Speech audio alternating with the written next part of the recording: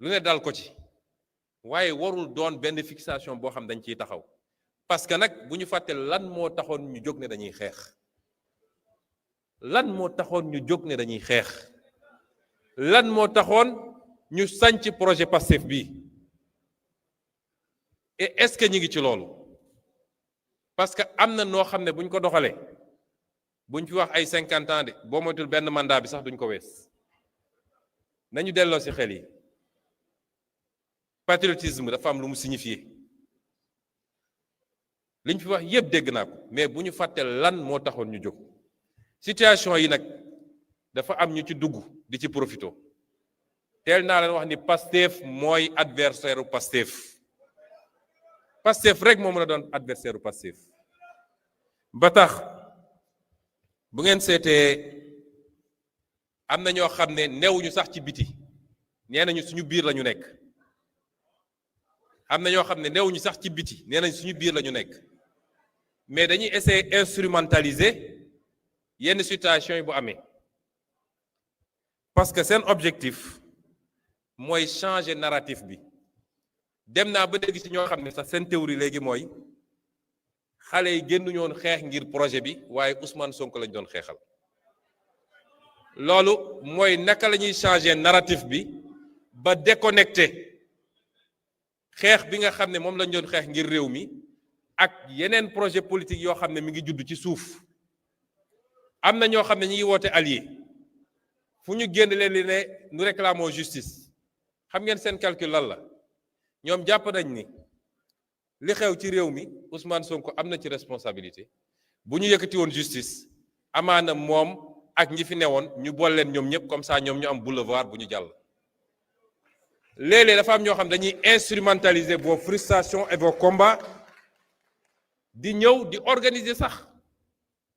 di organiser di essayer dajale nit ñi loolu bokkul ak ñu taxoon a jóg et nous devons être très vigilants.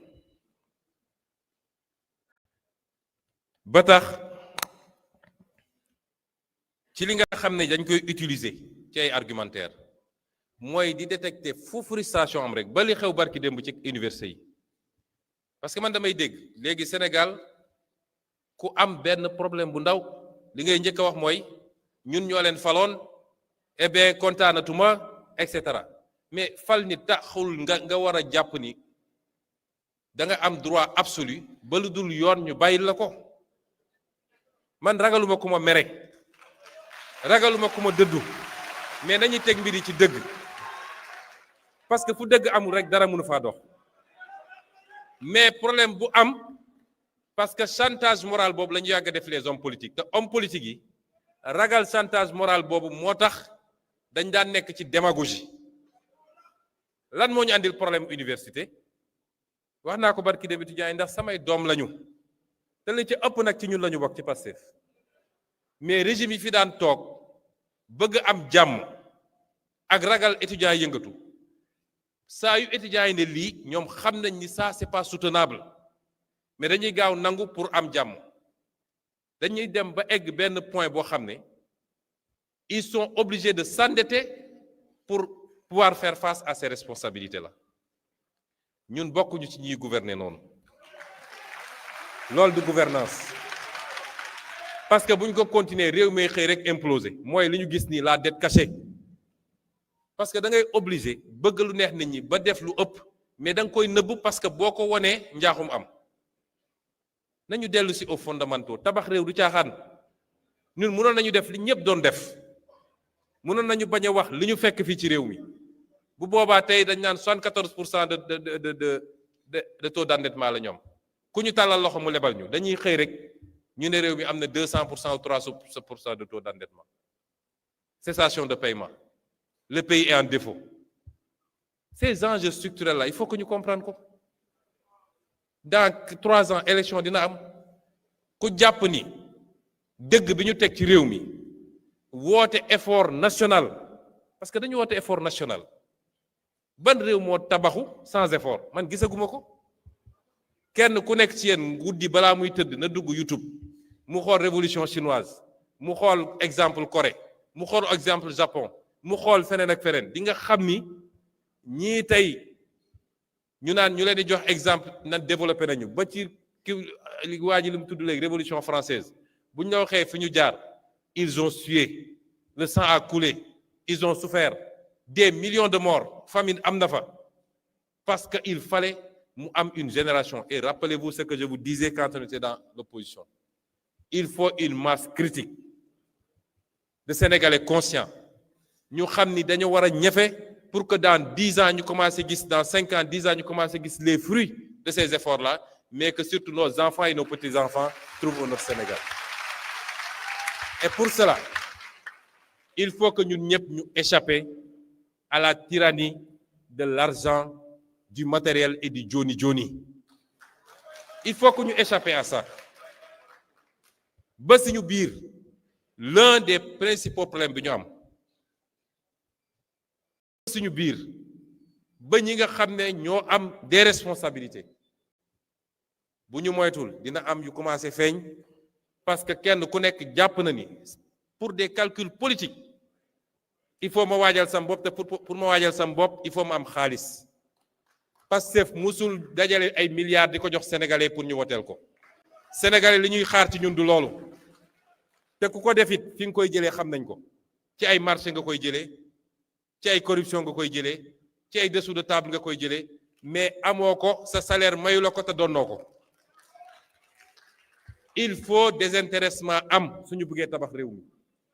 kenn ku ne li la yàlla wërsëgal nga xam ni lii la te continuer góorgóorlu nag pour am plus te ñu xam ni milliardaire poste responsabilité mënul def nit millionnaire waxuma laa milliardaire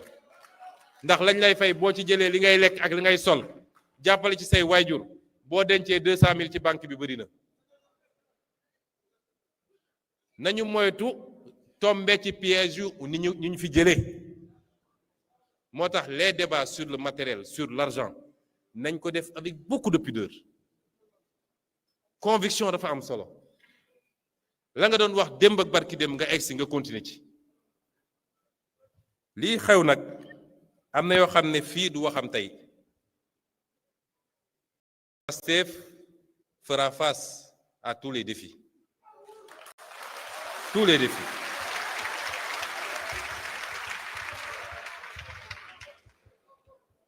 la ñu xam bëri na dañu ne woon tekk rek mais lu waay lal ak lu waay préparé xam nañ ko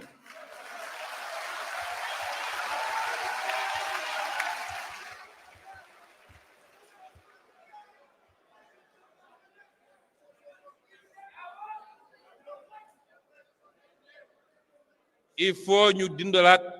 ñu reprendre parce que ñaari piège wa ñett yi nee naa ni y a le piège des calculs politiques quand on est arrivé au pouvoir te jaru ko woon ndax calcul bu bëri andiwuñu fii y a le piège des postes et des décrets ku nekk naan maa ngi xaar sama décret nommé guñ ma lañ ca bëggoon yépp amuñu ko naam mais des efforts ont été faits te ba ñuy nekk opposition ñëpp dañ ne woon man xeexuma ngir luñ may jox ak lu may am dama xeex parce que dama gëm réew mi et y a le troisième piège mooy li ma wax léegi nañ ko doxalee avec tact te xam ne nous serons à côté de vous nous serons avec vous comme vous avez toujours été avec nous parti bi nag dina relancer beaucoup d'activités wax naa ni mois d'avril la ñu jëm ci congrès bi incha allah très bientôt dinañu démarrer waat le placement des cartes de membres et les renouvellements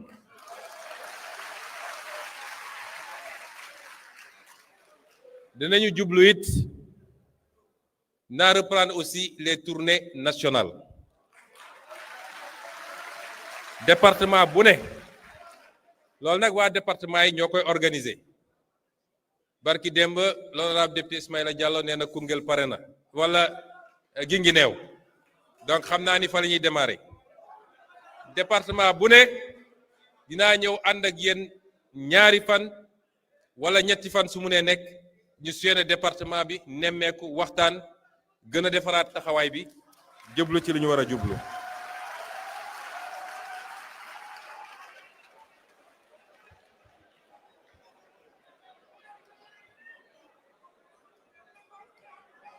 ma insiste tamit mu am lu ma ñaan rek waa Pastef parce que Pastef dafa am loo xam ne daf ñoo dab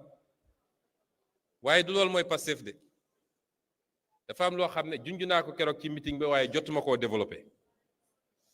Pastef parti xam-xam la parti gis-gis la parti xalaat ak bind ak sotti la parti proposition la bi ñu créé parti bi 2014 ba keroog bi ñuy andil problème 2021 ci téere yi ñu bind ci suñu taxawaay assemblée ci conférence yi ñu def ci émission yi ñu def Pastef moo fi imposer le débat problématique sur les ressources naturelles sur la fiscalité sur les finances publiques sur les politiques publiques agriculture santé etc. keroog bi ñu taxawee assemblée nationale ak bi ñu démarré politique le débat yi commencé nekk des débats boo xam ne chauffeur taxi bi dina ko xam di ci wax mareyeur bi dina ko wax étudiant bi dina ko wax kenn c'est ça Pastef il faut jamais oublier ça ñee ñu fi jëlee nag ils veulent nous tirer vers le bas te loolu nag justice bu doon def liggéeyam ni mu ko war a defee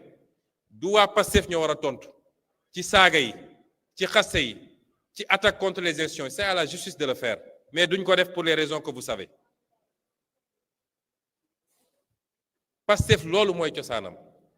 dañu ñëw 2001 ñu imposer ñu beneen terrain muy terrain jàmmarloo waaye loolu weesu nañ ko gis nga réew bu guerre amee dañuy mobiliser ñëpp professeur d'université bi médecin bi avocat bi ñëpp dañu leen di mobiliser ñu dem au front mais bu mbir mi jeexee avocat bi day dellu baro médecin bi dellu faji ji bu dee yàlla may na ko mu mucc professeur d'université dem jàngale ji jeune bi suspendre étudiam dem étudier ji il faut ñu xam ni la parenthèse 2022 2021 2024 xam ngeen lu ci des mooy réparation yeeg justice beeg ñoom seen mais su loolu weesoo c'est une parenthèse bu ñu war a teg fële or certains d'entre nous sont encore figés dans cette parenthèse là 2050 moo war a doon léegi suñu vision suñu objectif ñu jublu ci loolu